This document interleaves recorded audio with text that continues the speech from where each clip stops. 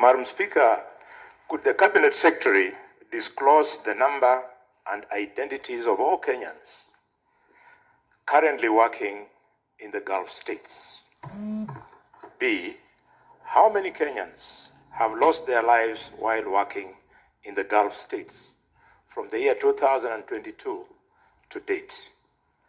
And C, Madam Chair, what support does the government provide to families of Kenyans who die while overseas? And could the Cabinet Secretary explain any actions being taken by the government to facilitate the repatriation of the body of MS Mildred Busolo Lisanza, deceased, from Saudi Arabia to Malinya village in Kakamega County? I thank you. You may proceed, Cabinet Secretary. Thank you. Madam Speaker, I was saying that there are thousands of Kenyans in the Gulf countries, and I will tabulate the data that we have. We have in total over 400,000 Kenyans in the Gulf states, and I'll tabulate as follows. In Saudi Arabia, the records we have are there are 310,266 Kenyans. In Qatar, 66,025. United Arab Emirates, 23,000. Bahrain, 8,000. Oman, 5,392. Kuwait, 3,515. Iran, 200. Iraq, 150. The total record we have as of to date is 416,548. Madam Speaker, I wish to further state as follows. Kenyans in these territories exhibit high movement between various Gulf states. The numbers given therefore constitute periodic statistics derived from our missions in these countries, further corroborated through official sources of the host governments. It should be noted that not all Kenyans register with our missions abroad, despite being sensitized on the importance of such registrations. Hence, sometimes it is difficult to have very precise data. So, Madam Speaker, under the circumstances, it's not easy at this stage to be able to say that we can avail all the identities of these 416,000 individuals in the Gulf states. The second question was to do with how many Kenyans have lost their lives working in the Gulf states from 2002 to date. The records we have show that the total number of Kenyans who have lost their lives in the Gulf region is 316. The breakdown is as follows. Saudi Arabia, 166. Qatar, 58. United Arab Emirates, 51. Iraq, 25. Bahrain, 10. Kuwait, 6. Oman, nil. Iran, nil. The total, 316. Aspect C of the question, let me see if I've gone carefully.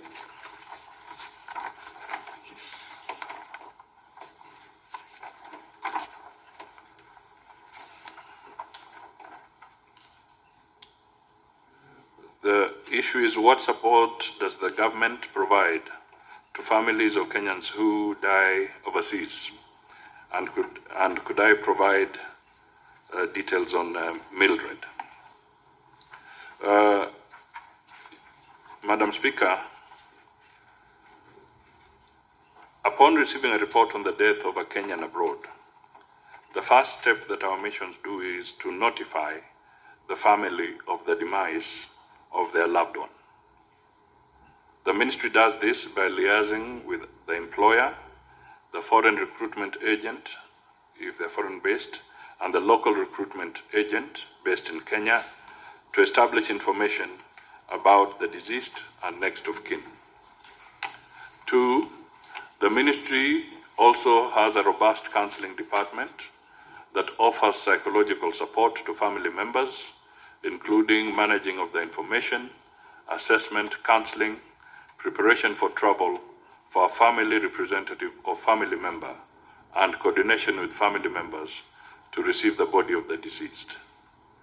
The ministry also establishes the migration status of the deceased where possible, coordinates with the employer, the government agencies, diaspora groupings, other stakeholders and the family, while ensuring that the body of the deceased is well preserved ahead of repatriation back home.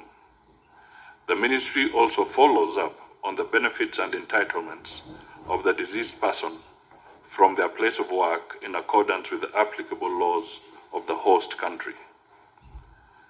5th, the mission facilitates obtaining of a post-mortem report to establish the cause of death and provides necessary documentation to facilitate the repatriation of the body back home. This includes issuing a no objection certification for the body to be transported to Kenya. The ministry also facilitates administrative procedures, including police investigations, if any, and a settlement of hospital and medical bills as appropriate. The ministry also coordinates with the deceased family on the arrival at the arrival port and date and facilitate to receiving of the body.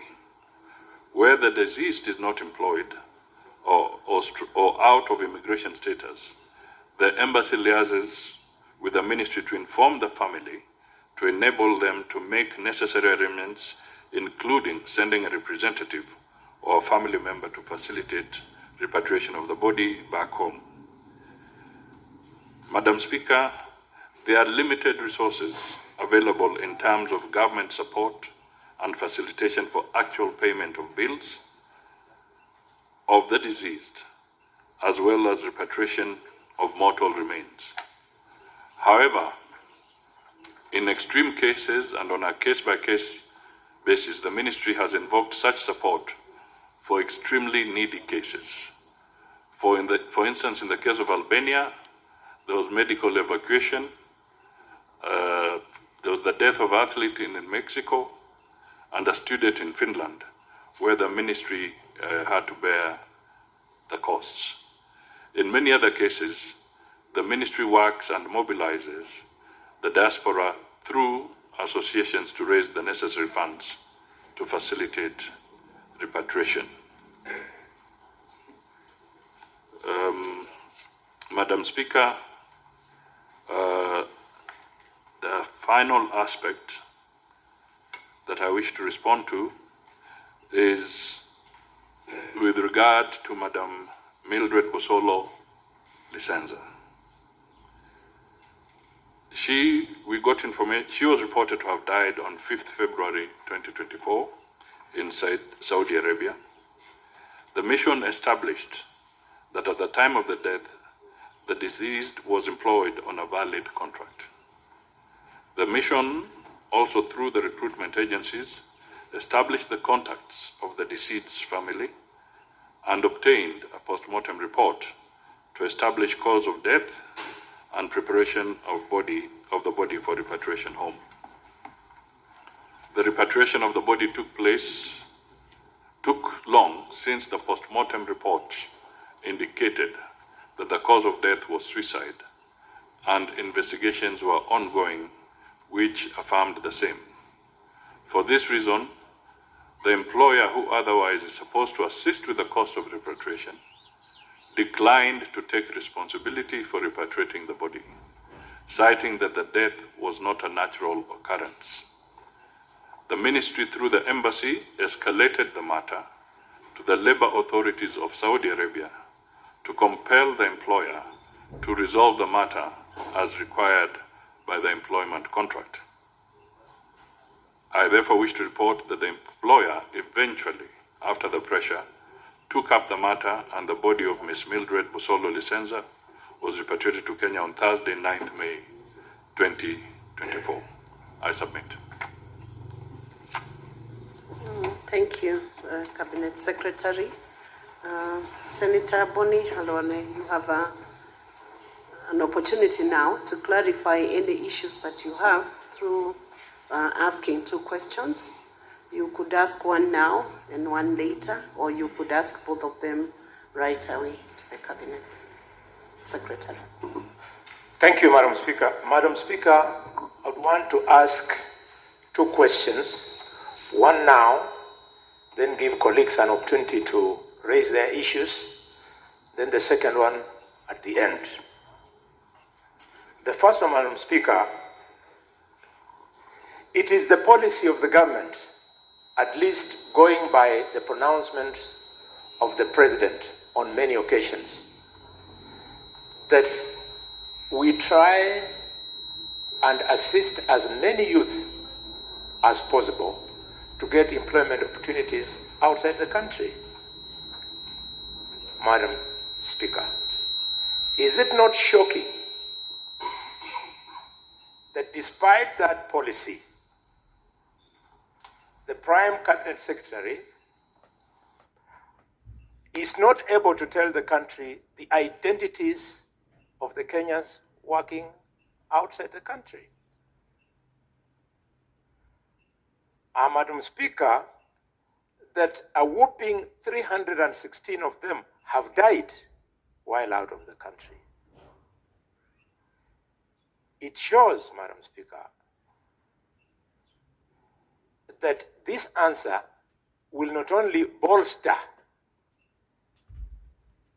the employers who, in one way or the other, contribute to the death of these people, but also it will discourage parents from encourage. Yes, Speaker, I know where you're going. Senator, you do not know where I'm going, Senator Bonny, because I have not indicated. Yes.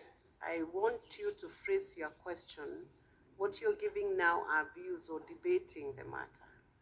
You hear you. Phrase a clear, concise, precise question. Yes, Madam Speaker, on a complex issue like this of death, I believe senators are allowed to build the question. I was building the question, and let me leave it there. Let me not build it any further. We have 3 cabinet secretaries today coming to answer many questions of varied matters of national importance. I would beg that you make it precise and short and clear so that it's possible for the Prime Cabinet Secretary to respond. Thank you, Madam Speaker. Madam Speaker, what I was building to is that could the Cabinet Secretary be compelled to table the list of all Kenyans working in these Gulf states so that the parents and relatives can be reassured that the government is on top of things as far as their lives are concerned? Prime Cabinet Secretary, please respond.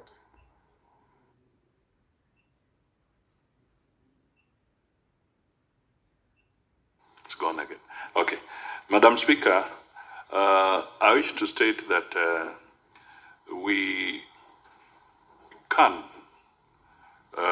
based on the records we have within the embassies, avail, because we are talking of about 400,000. In fact, to be precise, 416,058 individuals. We can work on having this brought to the Senate. I can only appeal on one issue, that as we give the identities, Madam Speaker, you'll also need to guide on aspects of whether we'll be breaching some aspects of the data identity issues by tabling all the 400,000. That's the only question. But we are prepared to be able to give this list.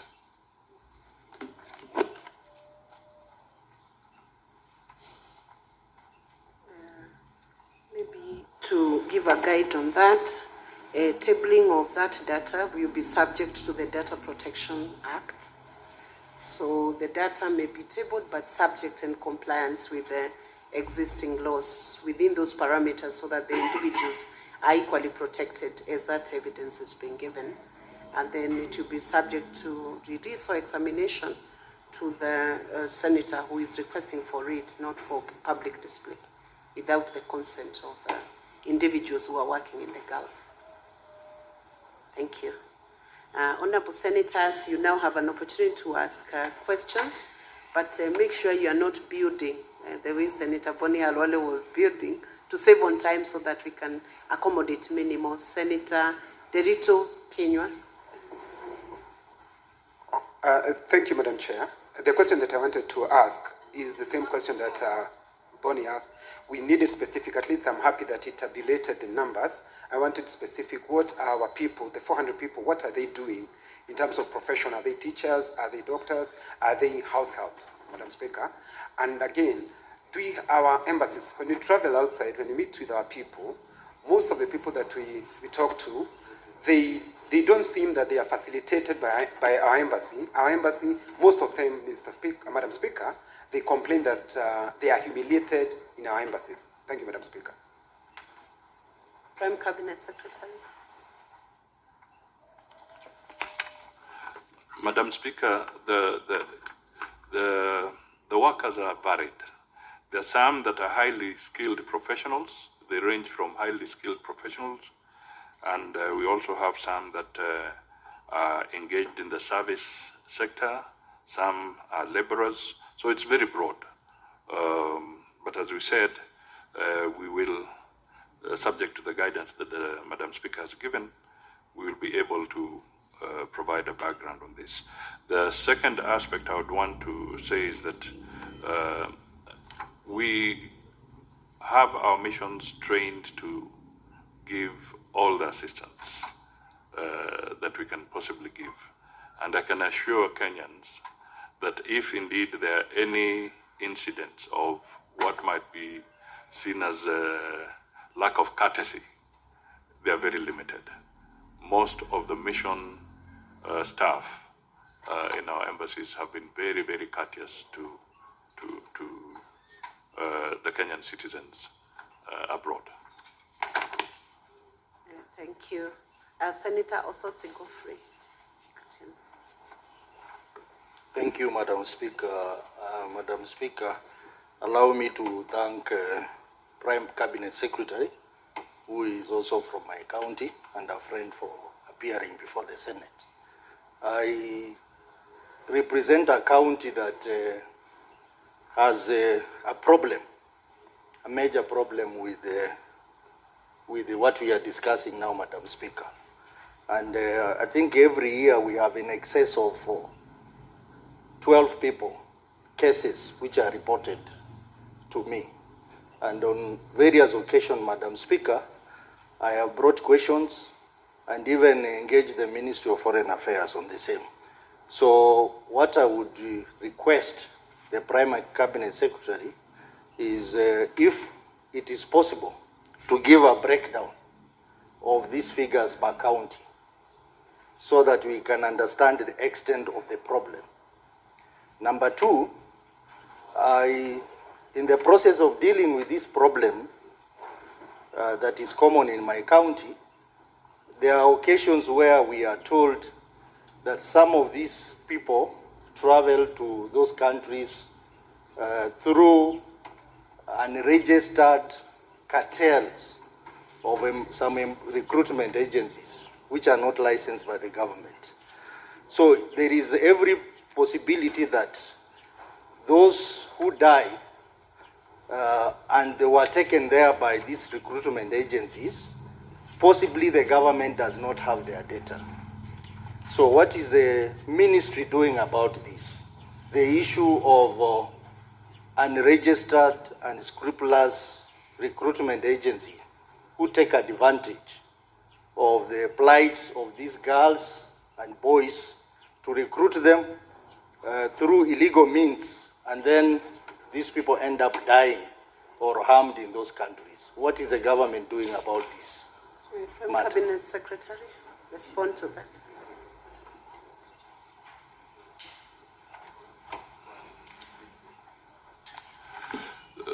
Thank you, Madam Speaker. I wish to state that definitely there were some challenges in the past, and we are trying to resolve them because we didn't have proper and accurate data. But I can assure the House and the nation that through the Department of Diaspora and also working with the Immigration Department, we are now establishing more accurate data of the Kenyans that are traveling to various countries, including the Gulf states.